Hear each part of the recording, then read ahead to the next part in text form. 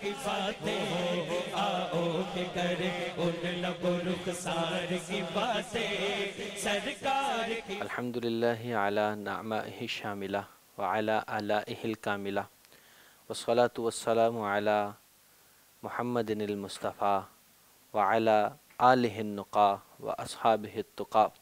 اما بعد فاعوذ باللہ من الشیطان اللعین الرجیم.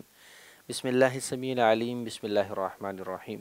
اللہم صلی علی سیدنا رسول اللہ وعلی آلہ وصحبہ وبارک وسلم. انتہائی لائق احترام واجب القدر ناظرین و ناظرات، متوجہین متوجہات، ملائکہ صالحین، ارواح طیبات، السلام علیکم ورحمۃ اللہ وبرکاتہ.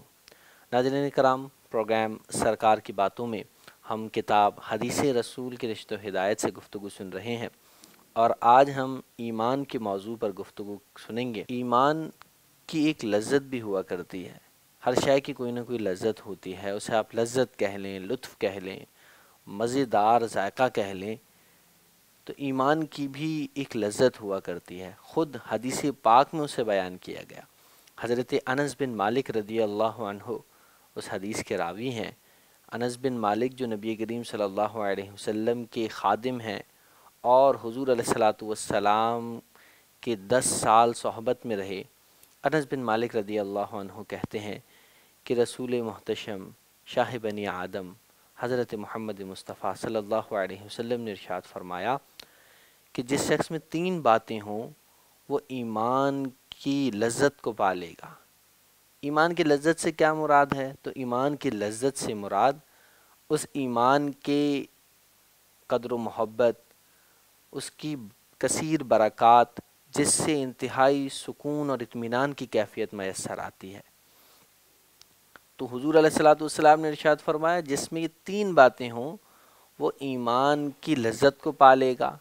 پہلی آپ علیہ الصلاۃ والسلام نے ارشاد فرمائی کہ اللہ اور رسول سے ہر شے سے بڑھ کے محبت کرے. دوسری حضور علیہ الصلاۃ والسلام نے ارشاد فرمائی جس سے بھی محبت کرے اللہ کے لیے محبت کرے. اور تیسری آپ علیہ الصلاۃ والسلام نے بات ارشاد فرمائی ایمان کی لذت کے لیے، کفر و نفاق سے اس طرح ڈرے جس طرح آگ میں ڈالے جانے سے ڈرتا ہے. صوفیہ کرام علیہم الرضوان فرماتے ہیں اللہ کا ذکر اور اللہ کی محبت، اس کی حیا، اس کی اطاعت بندے کی روح کو غالب کرتی ہے اور ایمان کی لذت کو بڑھاتی ہے. اور اسی طرح اللہ کی نافرمانی اور اس کے عذاب سے بے خوفی، اس کے ذکر سے دوری نفس کو غالب کرتی ہے اور ایمان کو کمزور کرتی ہے، اور بالآخر بندہ یا تو منافق ہو جاتا ہے یا پھر گمراہ ہو جاتا ہے. حدیث پاک میں جو ذکر ہوا کہ آگ میں ڈالے جانے سے ڈرے، تو اس سے کیا مراد ہے؟ اس سے مراد یہ ہے کہ جس طرح بندہ آگ سے ڈرتا ہے، آگ میں اپنا ہاتھ نہیں ڈالتا کہ وہ اسے جلا دے گی، اس سے اپنے ہاتھ کچھ قریب بھی ہو جائے تو دور اسے فوراً کر لیتا ہے. اسی طرح کفر و نفاق سے، ایسے اعمال و افعال سے خود کو بچائے جو کفر و نفاق کی جانب لے جانے والے ہیں.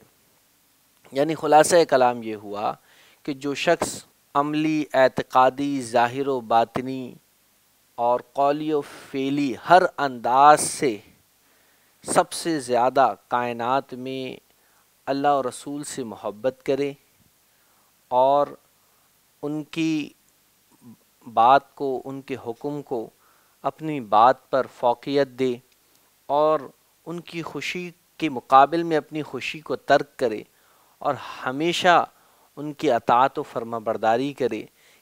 کسی سے محبت کرے تو اللہ کے لیے، کتاب اللہ سے محبت کرے اللہ کی کتاب ہونے کی وجہ سے، رسول اللہ سے محبت کرے اللہ کے رسول ہونے کی وجہ سے، اولیاء اللہ سے محبت کرے اللہ کے دوست ہونے کی وجہ سے، اور دیگر مخلوقات سے حسن سلوک کرے بندہ اللہ کی مخلوق ہونے کی وجہ سے، اپنے ذاتی خواہش کی وجہ سے نہیں بلکہ اللہ کی محبت کی وجہ سے، اللہ کی مخلوق ہونے کی وجہ سے ان کے ساتھ حسن سلوک کرے، محبت کرے، اور کفر و شرک نفاق میں اور کفر و شرک سے بچے، ہر ایسے قول و فعل سے بچے جو اسے کفر کی جانب لے جانے والا ہو، تو ایسا انسان پر یقین ہو کر کامیاب ہو گیا اور شیطان سے محفوظ ہو کر دامن رحمان میں آ گیا۔ اللہ کریم سے دعا ہے کہ رب کریم ہمیں ایمان کی لذت عطا فرمائے۔